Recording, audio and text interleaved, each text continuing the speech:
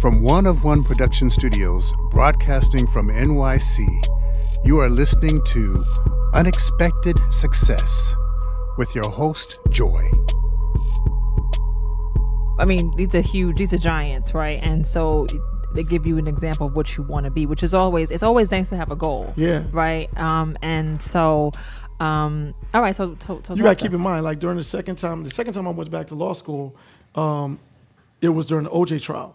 Right? Oh, it was during the trial. Yeah, it was during the trial. So it was like, Johnnie Cochran was the man. He was the man. I mean, and at this time, I had taken, I was in my... you have a picture with Johnnie Cochran, right? I do. I got that remember at it was in your office. Yeah. I met him at Beasley. And we're going to Beasley this year. Yeah. We're going. Yeah. All right, man. I met him at Beasley, too. You left me hanging. Oh, my bad, B. My bad. So I met Johnnie Cochran at Beasley, and I met Willie Gary at Ed and Matt's graduation. Oh, how cool is that? Oh, yeah. That's amazing. Yeah, so I was able to meet both of those brothers, and which was great because it reaffirmed I was on the right path. Right. Now, and like I've seen you when you're not focused. Yes. And I've seen you when you're focused, right. and the focus is crazy. Yeah. I remember James is a stickler for letters being written perfectly. Like he doesn't want any mistakes, and so when he gets on his editor James.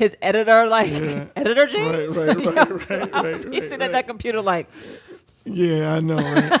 It's really big for me, and I think I remember me and you talking about this because our parents both emphasize writing. Right. No, absolutely. And being able to articulate yourself on paper. Right. Right. Specifically, because it differentiates you from everybody else. And it's your only representation. That's the only way they'll know you, right? Mm-hmm. So I think that's right. It's wild because in today's time, when you got email and text messaging, I know, and no one takes it seriously. Different shorthand. And you're like, what? Dude. It took me forever to understand. I didn't even know what TBH meant. I was like, what is TBH? Wait, what is TBH? It's to be honest. I was like, what? Or FR, for real. I was like, what? I don't even know. See, and you deal with kids that are much younger, right? So you probably know things that I don't even. Absolutely. They keep you fresh. Yeah, no, I look at social media summaries or blurbs or whatever, and I'm like, I have no idea what that means, but nice picture. You know what I mean? All right, cool. So. You're in trouble, but you're focused in law school. You've identified people that you look up to, and you're basically your mentors without actually knowing them, but they're still mentoring you because I'm following their path. You're inspired by them, right? Okay, and then what happens? Talk us. So you get out of law school. I'll graduate from law school, and because I had this felony on my record, I didn't know where I was going to be able to take the bar. Because in Texas, you can't you have to pass a background check first. You can't sit for the bar? Well, you have to pass the background check. That's crazy. So, but in California and New York at the time, you submitted your background check after you took the bar. So I knew, because I did my research, I knew at that point in time I needed to be either in California or New York. It was good for me because I had people in both places. On both coasts. Right. Because of Hampton, right? Because of Hampton and because my aunt lived in L.A., right? Ah, okay. So I And interestingly enough, when I graduated from Hampton, Ed Woods graduated from Hampton with me too, right? Shout to Ed. Shout out to Ed, God rest his soul. So Ed and I were really good friends at Hampton, and we were both like two of the guys that were going to law school. So we stayed in contact while he was in school and I was in school. And when I flunked out, he went to Howard, right? He went to Howard. Yeah, he had so that. I flunked out of school. Ed still matriculated, and he was, law school's a grind. So I was hustling down in Virginia, and I would pay his bills and help him out and hook him up with money, and he would keep me in the flow. It didn't matter to me because he would keep me in the flow of where I really wanted to be. And so this time around, it came back because he paid it forward. What he did was when I graduated from Texas Southern, he was like, yo, you need to come work with us, and me and Reggie. Yeah. We just started our own firm. He had been working with Louise West, who gave him his start. And he was like, yo, you need to come work with us and be our first associate. And I was the first intern there. Is that crazy? Yeah.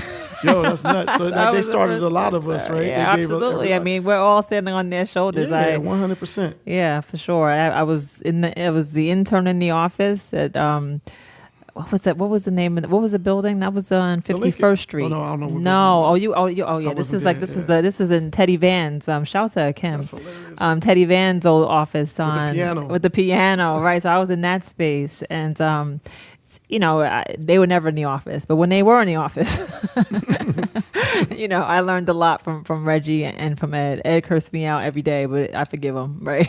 We move on. Ed's crazy. He was crazy. Right. All right. So, okay, cool. So you moved to New York. You're working with Ed and Reggie. Yep.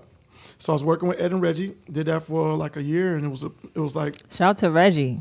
It was like such a blessing and a gift, because they were representing some of any and everybody in urban music. Right. No, at the time I know that they had Rockefeller Records at the time. I mean, they were Rockefeller. They had Clark Kent. All the hitmen producers. All the hitmen. Yeah.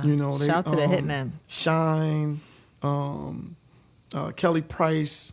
Just that Carl office Thomas, period, because right? Matt was in that office and he was doing his thing too. Right. Matt Middleton. Shout out to Matt. Shout out to Ian Niles.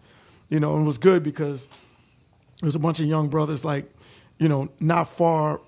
Some of them were my age and some of them were a little bit older, but they had enough experience and enough hustle and enough drive to, kind of really help each other out and do it and make a lot of waves in the city. Right. No, Ian was a criminal lawyer. No, it was unstoppable. Like it was like you would go to the club. We go to it's so funny. You go to Nels. Yeah. You'd be in Nels, and they're like, "Oh, the entertainment lawyers have arrived." Yeah, it was like a celebrity thing. It was crazy. But it was a great time. It was nuts. It was a great time. It was an awesome time and an awesome learning experience. I didn't make a lot of money. At the time, my friend Chuck Bone was letting me live in his other spare room at his house in Jersey, but. It was great. It was like I didn't have a lot of resources, didn't have a lot of money, but what I did was I was wealthy in relationships, right? And right. And the experience that came out of that was actually invaluable, Right. And so so you moved to New York. Mm-hmm. You studied for the New York bar. You passed the bar. Mm-hmm. And then what happens in terms of the trouble? Your felony? I was scared to turn in my background check. I was nervous and afraid. I shared my what had happened to me with my parents and what my hurdle was, and they helped me find a lawyer in the city. Shout out to Jonathan Marks. I wrote and then he was interacting with the state bar on my behalf, and then one day I woke up at like 5 a.m. or something like that. And I was just like, a thought came to mind, and I went to my computer and just banged out a statement about what happened to me and what my experience was and why I got here, how I got here. And how you got the felony. Yeah, and how I got to this point where I, had made these kinds of mistakes. And I took it, I wrote it all out, and then I submitted it to the bar on my own without Jonathan's approval. Oh, wow. And I sent him a copy, and he was very upset. And I remember he was like, "Oh, this is going to make our chances harder, blah, blah, blah." But I was like, it was honest. It was honest. It was on my spirit, and I did it. And so I got called in to Albany because I wasn't from New York, so I had to take the bar in Albany. But I got called into Albany to go do my interview. And typically, when the interview was just like a preliminary thing for New York lawyers, right? It's real kind of like a rubber stamp to some degree. But when you've got a trouble on your record, it can become a serious thing, and you get passed on to a review committee of 3 judges, right, afterwards. But in this instance, when I went to go see the interviewer, he had a couple of people sitting out in his lobby waiting to go see him. And I'll never forget this. It was an older woman that was sitting there, and I was like, she had a younger woman sitting with her, and I thought she was there to support, her daughter. Right. And then when he called whatever her name was to come in the room, she went in the room. The older woman got up and went in the room, and I was like, oh, wow. She was an older woman, and apparently she had some problems or whatever. And she went in, and she came back out crying. Like and her daughter was like, "It's okay, Mom. We'll get him at the next level." And I was like, "Oh shoot!" Like, oh my God, that's crazy. It was like, this is a real. Yeah, I was I know. Right. So, but he called my name next. I went to the room, sat with this gentleman, and I was all prepared to, kind of get into the details, nitty-gritty, right? And kind of answer questions and prepared to move on to the next phase, because I just felt like a young black man myself with a felony on his record for selling drugs was not going to be qualified. Right, not going to pass that part. Right. And it's wild because I sat there and he just asked me questions, a couple of questions, or no, he didn't even ask me questions. He just kept talking. The only question he asked me was, had I been practicing without a license? And I was like, no, sir. And he was like, okay. Well, I think that I've read your story and I've never read anything like this before. And I think that you would make an excellent addition to the New York bar. Wow, I got goosebumps. Holy yeah. And I sat there and I was like silent. And he said, the only thing that I will impress upon you and I implore you to do is to share your story with other young men. And that's awesome. I literally if I could have melted, right? I was like, oh my God, and so he was like, welcome to the New York bar. So he was like, you go downstairs and you get sworn in, and I was like, so I immediately left, and at the time, I didn't have no money, so cell phones, I didn't have a cell phone, right? So I went downstairs and went to the payphone and called my parents, and I literally was like a phone booth, and I was literally boohooing and crying. Of course, and so then when I gathered myself and went into the room at the appropriate time where he told me to go get sworn in, it was me and maybe 2 other people. And now, mind you, when I was sitting outside his office, there were probably 25 people. Wow. That were waiting to see them, and they weren't sworn in. And I was just like, wow, God is, is such an amazing God. Because again, if I hadn't woken up at 5 o'clock in the morning, my spirit hadn't touched me to sit there and literally write it. You know how you get hyper focused to the point where your brain is starting to. Yeah, you gotta get it all out. It's hot. Yeah. Right. It was like that, and it was like it was like something else was moving the keys. But nonetheless, that was my experience, and I'll never forget that. Right. And so since then, I've always, been open to sharing my story and trying to inspire specifically young black men that. Because we get caught up in the system all the time. And, a lot of times we get the felony on your record, or we get labeled. Right. Of course. And a lot of us, depending on your background, I was fortunate enough to have both parents who pushed me in a direction to never give up. And it was faith-based, because it was, every Sunday I was in church. And absolutely right. Singing in the choir or whatever it was. And I was fortunate enough to have them instill upon in me never to quit and never to give up. Because clearly, you could have been like, you know what, this lady just ran out crying. You could have been like, I'm not doing this. Or beyond that, when I got convicted of the felony, I could have just gave up then. Not reapplied to law school. This is never going to happen. Right. You humbled yourself before the dean. Can you readmit me? You absolutely. did all those things, right? And that's exactly what it is. You said a key word, humbling, and it goes back to what we said earlier. If you humble yourself, right, and before the situation, right, and really, see it for what it is, I believe, you will be inspired. God will give you the tools to see past it. Right. Right. Right. So that's been, one of my major, keys to success. Is to. I'm blown away by that. Obviously, I knew the story, but I think that, it's such an inspirational story for you to have gone through that and to push through and to be inspired. So I talk about divinity all the time. When you think something is definitely divine, Mm-hmm. and I think that divine, the divine, right, had you type in that essay that night and submitting it, and you feel like you're not even in control. You feel like this is I'm on a path, and I know it's right. And when I submitted it, I sent a copy to my lawyer, and he was upset.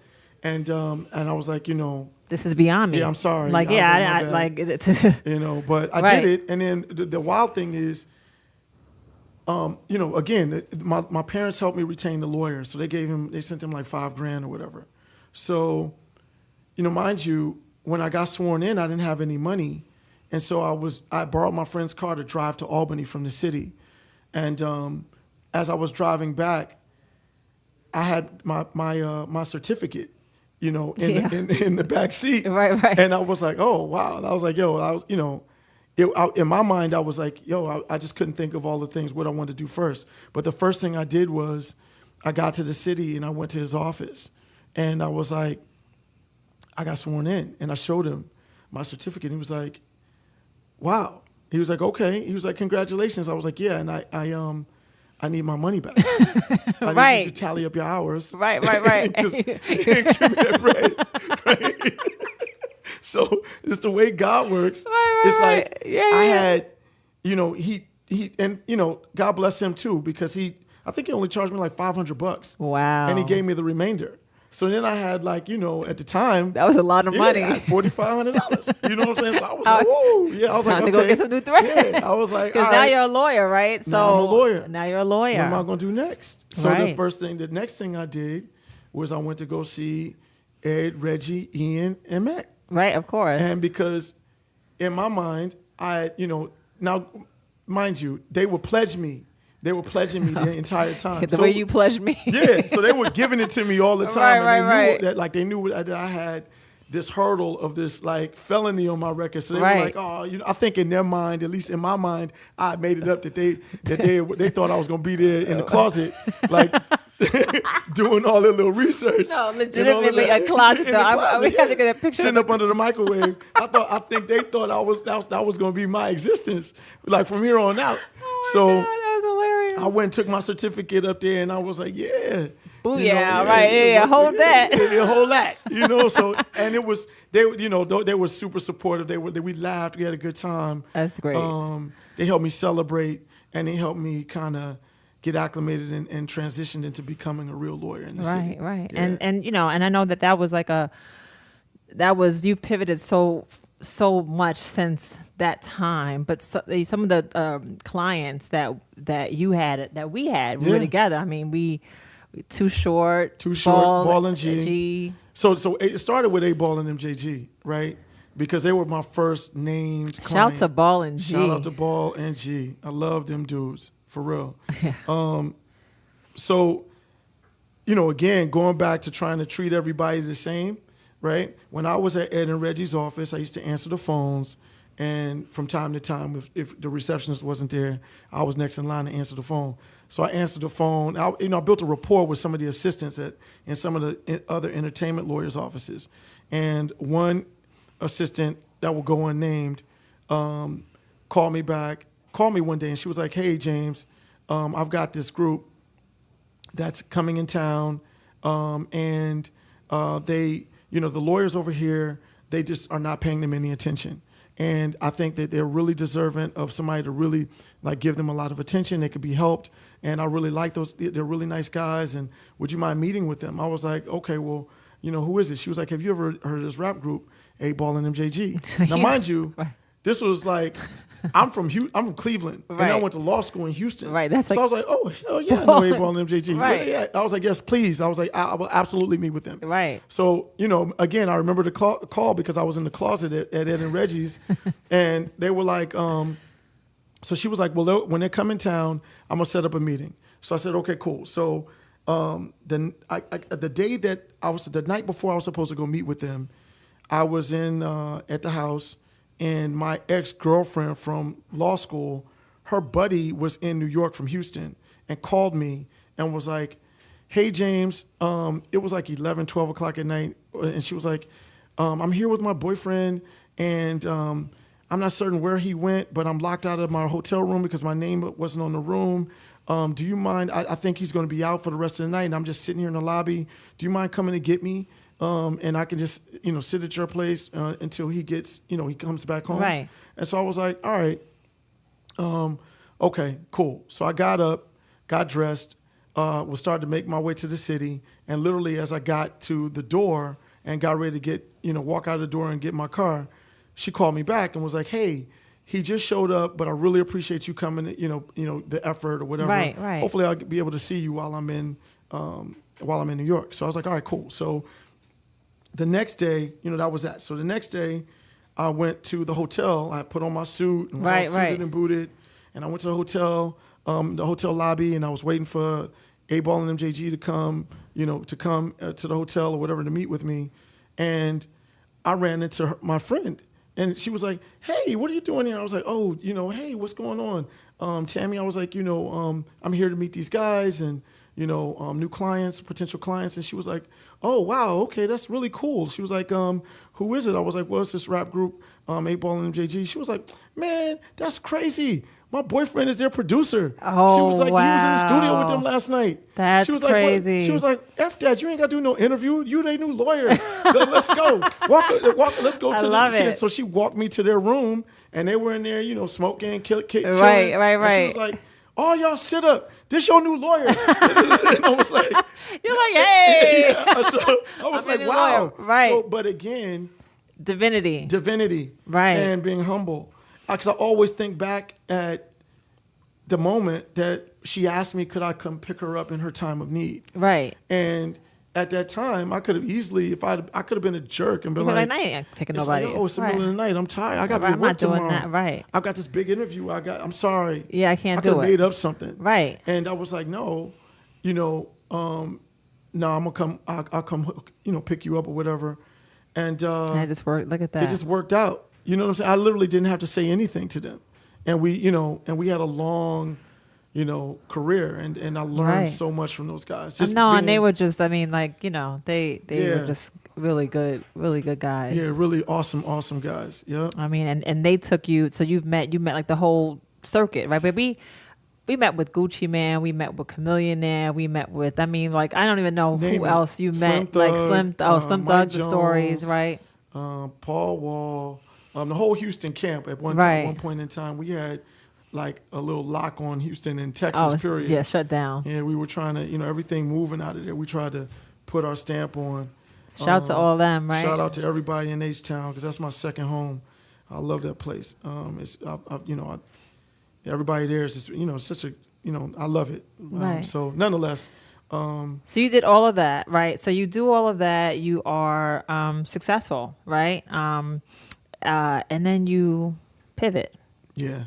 So I think we're going to stop the first episode there. I know we've gone a little bit long, but we'll stop the first episode there, and guys, tune in to part 2.